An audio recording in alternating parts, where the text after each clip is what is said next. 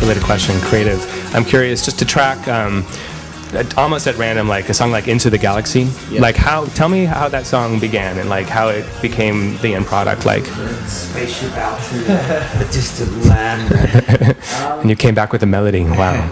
I suppose, like most or all of our music, it seems to start with some kind of progression or something that, you know, you can just play for a long time. And I guess with that track, you know, with a lot of the songs, like the way we produced the album ourselves, and we did parts of it in our own studio, which is, you know, very basic. We don't have a whole lot of equipment, and you know, we record some synthesizer stuff at home, and then we went into another studio. I didn't mean to stop you, but when you say we, is it all three of you pretty equally like sitting around just generating ideas, or are you sort of more bass focused and you're more beats focused? That one was something Andy had for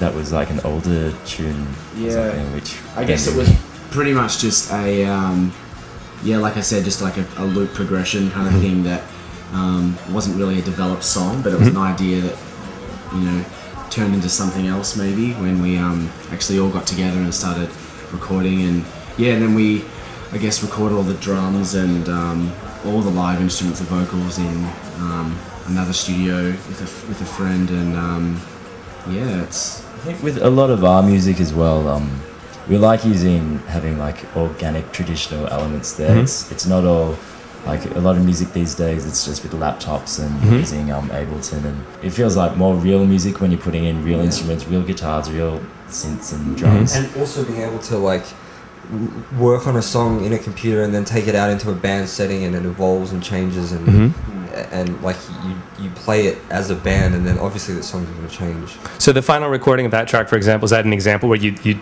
gotten it together as a recording or a demo, and then as you performed it, it evolved, and then what we hear now is changed as a result of some live performances? Yeah, definitely. A lot of our stuff sounds different live than to the record. Like we like playing live has a higher energy, as it's like, because we want the crowd to really feel it. And also, like, just because we've been playing a lot lately, the songs evolve, you know, every day live. So they completely you know, you can tell it's the same song, but they're completely different, like structure and things change. I'm a huge, and I know that you guys are too, ELO fan.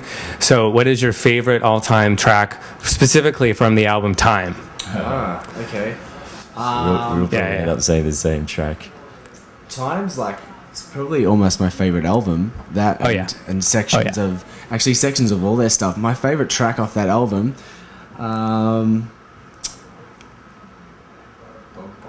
it's pretty tough. For me, it's Secret Messages. That's not Secret Messages. On Time. Oh, which one's Time again? That's the album before. That's the album before. Oh, okay. It's like what's the track called? It's like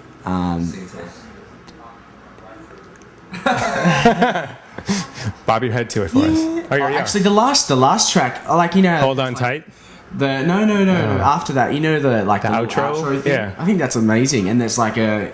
When you ride on the wind of tomorrow. And it's like the intro, and they do it twice in the album. And, that whole album, I've got track names I've kind of lost. Okay, well, there's 2095, you know.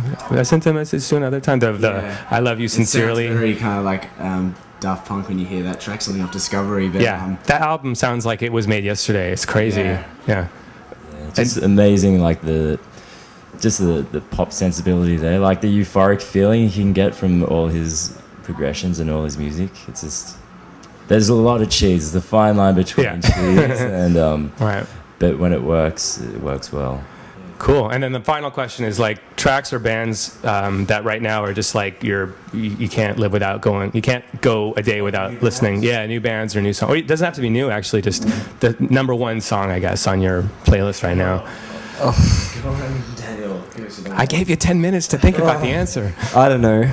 I'm really liking just this band from Melbourne, Damn Arms, who kind of newish band, but they've just finished an album, and I won't give you a track name. Oh, there is actually this track, The Boss, which is pretty amazing. I like 36, even though it's not as much of like a pop tune, but it's Same band. Yeah, same band. They recently toured with us in Australia, so we got to see them. Yeah, we got to see them a lot and know all their music pretty well. Another band, like even just listening in the tour bus, there's this song by Animal Collective on their new record, called Forever and Green. And I love that song. That whole album's great. Also some of the battle stuff and Cool. And do you have a number one? Or top two? You don't have to Sophie's Choice doesn't have to be that way. Maybe Xanadu and Hot for Teacher. Excellent. Well, there's a reason why I love you guys' music, because we have similar tastes, and I really appreciate you taking the time. I don't want to keep you from your sound check. Again, I've been Baron von Luxury from discoworkout.com with Midnight Juggernauts. Go check them out on the interweb, midnightjuggernauts.com or MySpace/Midnight Juggernauts. Thanks a lot, you guys. Cheers. Appreciate it. Thank you. Nice to meet y'all. Yeah.